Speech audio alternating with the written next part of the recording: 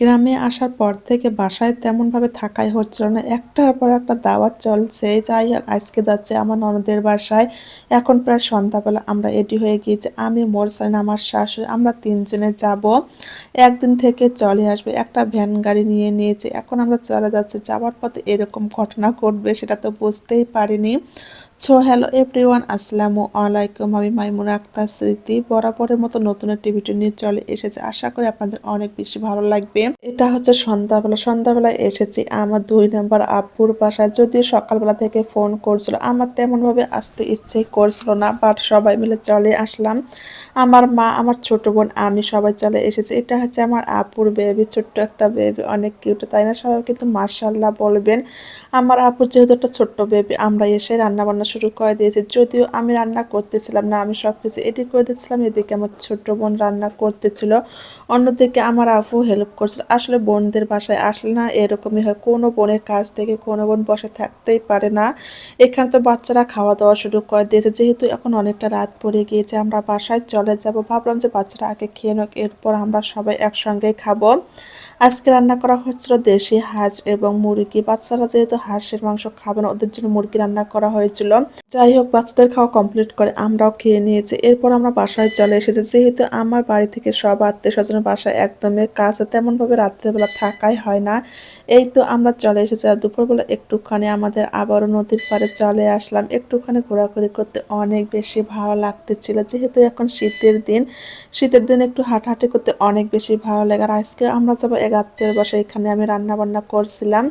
আজকে আমরা যাব আমার ননদের বাসায়, ভাবলাম কিছু রান্না বান্না করে নিয়ে যাই। এখানে গরুর মাংস আমি রান্না করছিলাম।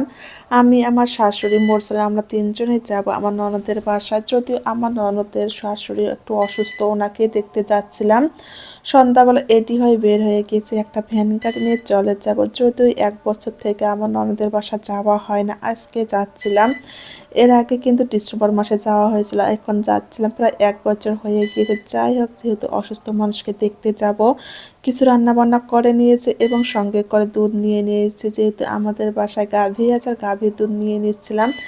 যাওয়ার পথে আমাদের সঙ্গে যে এরকম ঘটনা ঘটবে সেটা তো আমরা বুঝতেই পারি না। আমরা তো ভ্যানে বসে গল্প করতে করতে যাচ্ছিলাম, কিন্তু অন্যদিকে আমাদের যে গাভীর দুধ নেওয়া হয়েছিল সেগুলো তো পড়ে যাচ্ছিল, সেটা একদমই বুঝতেই পারিনি। যদিও পিছন থেকে একটা অটো আমাদেরকে ডেকে বলছিল।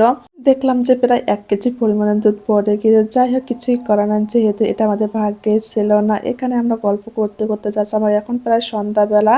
আমার ননদের বাসা হচ্ছে সৈয়দপুর হাতিখানা, প্রায় আমাদের বাসা থেকে আধা ঘন্টার সময় লাগে। সেই জন্য মূলত আমরা একটু লেট করে বের হয়েছি। সৈয়দপুর শহরটা অনেক অনেক বেশি ভালো লাগে। আমি যখন বাসাতে থাকি তখন আমি এই সৈয়দপুর শহরটাকে অনেক মিস করি। একটা সময় ছিল আমাদের যদি সামান্য কিছু কেনাকাটা করারও প্রয়োজন হয়, তখনই আমরা এই সৈয়দপুর শহরে চলে আসতাম। বাট এখন তেমনভাবে আসা হয় না, যেহেতু আমরা বাইরে থাকি।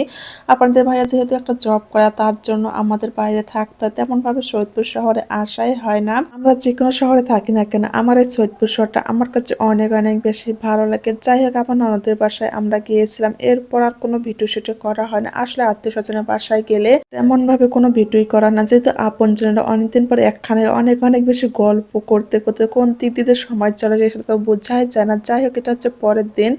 আমি আমার শাশুড়িকে বাসায় রেখে আমার ননদ সহ এসেছি সৈয়দপুর গিরি লাইফ ক্লিনিক। এখানে মূলত আমরা এসেছি ডক্টর দেখাতে।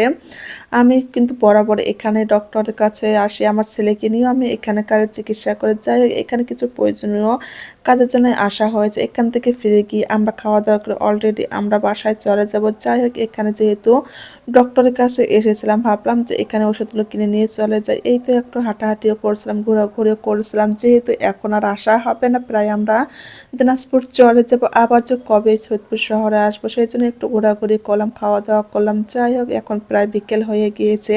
আমরা কিন্তু দুপুরে রান্না বান্নাটা কমপ্লিট করে ডক্টরের কাছে চলে এসেছি। যেহেতু ডক্টর ৩টার পর আর থাকবে না, আমরা কিন্তু কোনোভাবে খাওয়া দাওয়া করিনি, ডক্টরের কাছে চলে এসেছি। এখন প্রায় ৩টা বেজে গিয়েছে, আমরা চলে যাচ্ছি বাসায়। খাওয়া দাওয়া কমপ্লিট করে বাসায় চলে যাবো। সবাই ভালো থাকবেন, আল্লাহ হাফেজ।